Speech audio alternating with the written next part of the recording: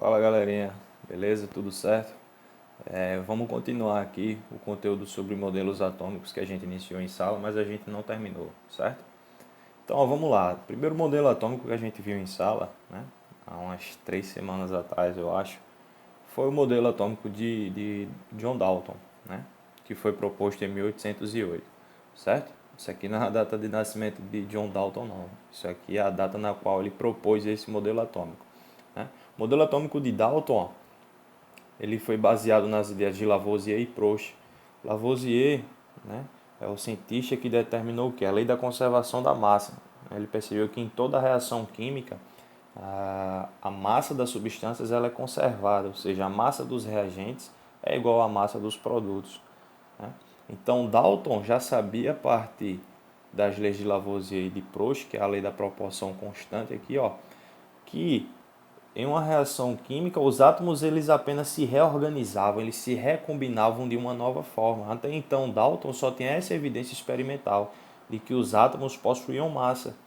E aí Dalton, ele disse que átomos diferentes possuem massas e tamanhos diferentes, certo? Mas que de forma geral os átomos eles eram, ó, esféricos, maciços, ou seja, todo o espaço interno do átomo era preenchido, certo? Isso aqui não é como uma bola de futebol que é oca. Não, aqui é tudo preenchido. Imagina como se fosse uma bola de sinuca. E aí, ó, ele disse que o átomo era esférico, maciço e indivisível, né? Até então ele só tinha aqui evidência experimental, as evidências experimentais de Lavoisier e Proust. Ele só sabia que os átomos nas reações químicas sofriam uma recombinação. Sabia que os átomos possuíam massa. Essa era a única evidência que ele tinha para atribuir essas características aqui ao átomo. Só que aí, ó, o que é que acontece? Com o passar dos anos, o homem passa a ter conhecimento, né, sobre os fenômenos da natureza e aí a ciência avança, né? E aí, em 1897, o cientista britânico aqui, ó, chamado Joseph John Thomson, ele propôs esse modelo atômico aqui, ó, que ficou conhecido na época como o modelo pudim de passas, que era uma sobremesa britânica. Não sei se ainda é, mas na época era. E aí o que é que acontece? Thomson, através do experimento com o tubo de raios catódicos que a gente viu em sala nos slides, ele conseguiu determinar o que? A existência de carga elétrica no átomo.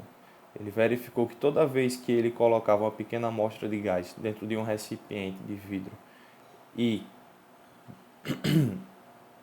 atribuía ali uma descarga elétrica, ele observava um feixe de partículas, né? Somente com a presença de gás dentro do tubo.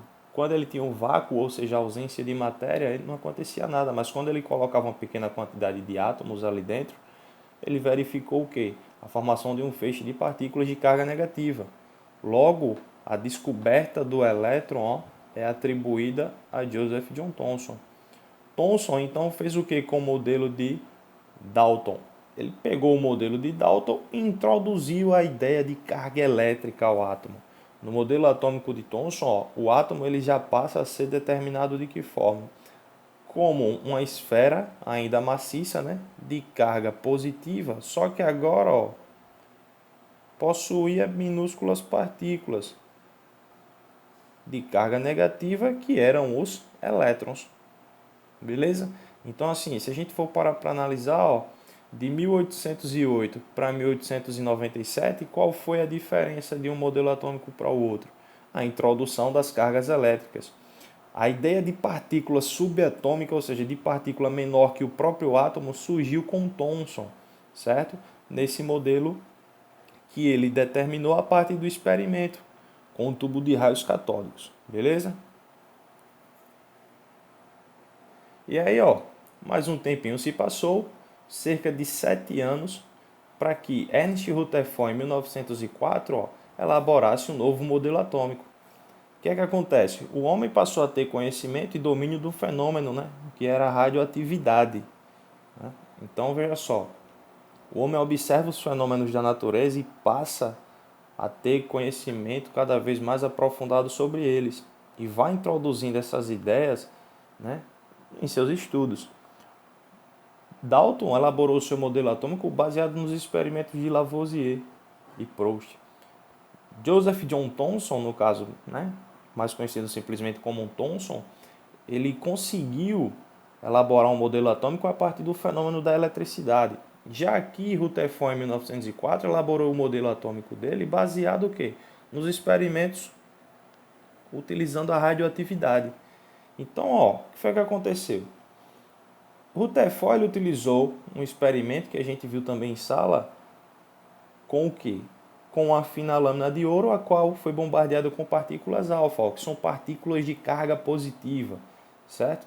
As partículas alfa elas colidiam com o núcleo dos átomos e sofriam pequenos desvios, ou batiam no núcleo e voltavam. Mas é que tá, a maioria absoluta das partículas alfa atravessava a lâmina de ouro sem sofrer desvio. Conclusão que ele teve, que se a maioria das partículas alfa atravessa a lâmina de ouro sem sofrer desvio, é porque o núcleo do átomo concentra a sua massa e a sua carga positiva.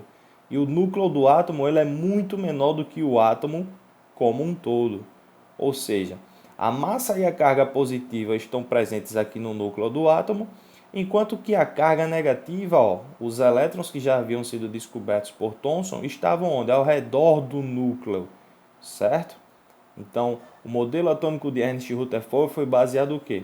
No experimento com a lâmina de ouro, que foi baseado na radioatividade, certo? O fenômeno da radioatividade foi quem levou Ernst Rutherford a essa descoberta de que a maior parte do átomo é considerado espaço vazio, porque a gente vai ver mais à frente que o elétron ele tem uma massa desprezível, ele tem carga elétrica negativa, porém a massa dele é praticamente zero, é desprezível. A massa do átomo, na verdade, está contida onde? No seu núcleo, a massa e a carga positiva, certo? Tranquilo?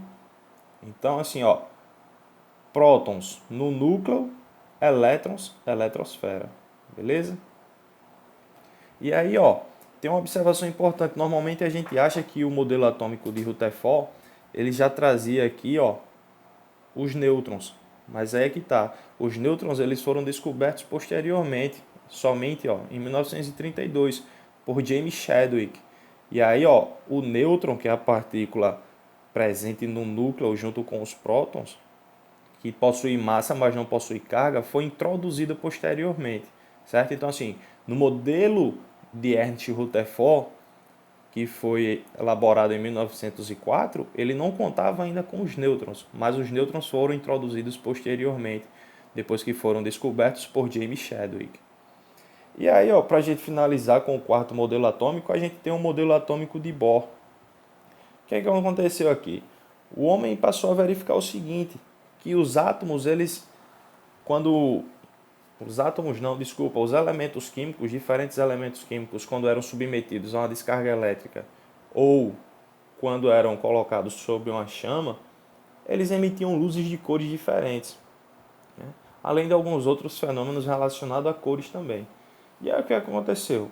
Para tentar explicar esse fenômeno, Niels Bohr, né, ele elaborou esse seguinte modelo atômico. O desenho, eu não tenho esse dom do desenho, me desculpem, mas isso aqui era para ser órbitas circulares, certo? Não era para ficar assim esse negócio torto, não. Imagine que isso aqui são órbitas perfeitamente circulares.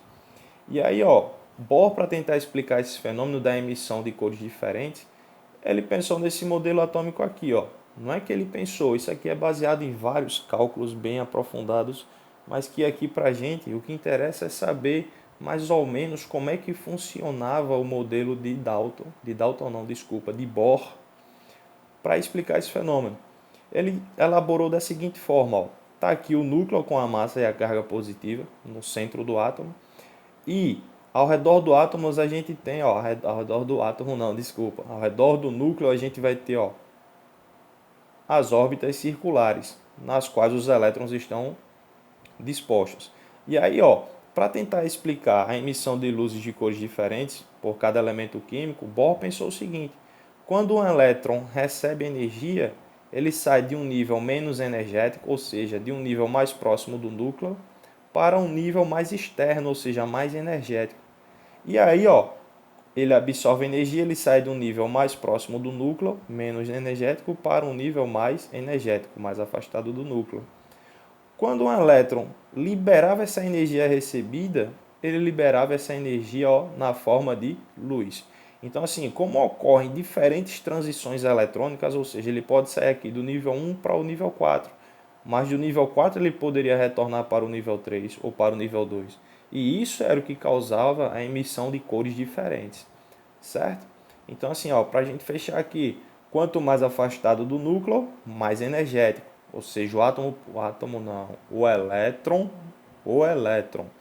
ele precisava receber mais energia para ir para mais distante do núcleo. Quando ele retornava, essa determinada quantidade de energia ela era liberada na forma de luz. Quanto mais próximo do núcleo, menos energético. Beleza? Deu para entender aí, né, galera? Então, semana que vem a gente vai ver a parte de estrutura atômica, a parte de semelhanças atômicas e a parte dos íons, certo? Professor, o que é que vem a ser um íon? Quando um átomo ele perde ou ganha elétrons. Beleza? Então, semana que vem a gente continua. Por enquanto, a gente vai ficar aqui no quarto modelo atômico, que é o modelo de Bohr.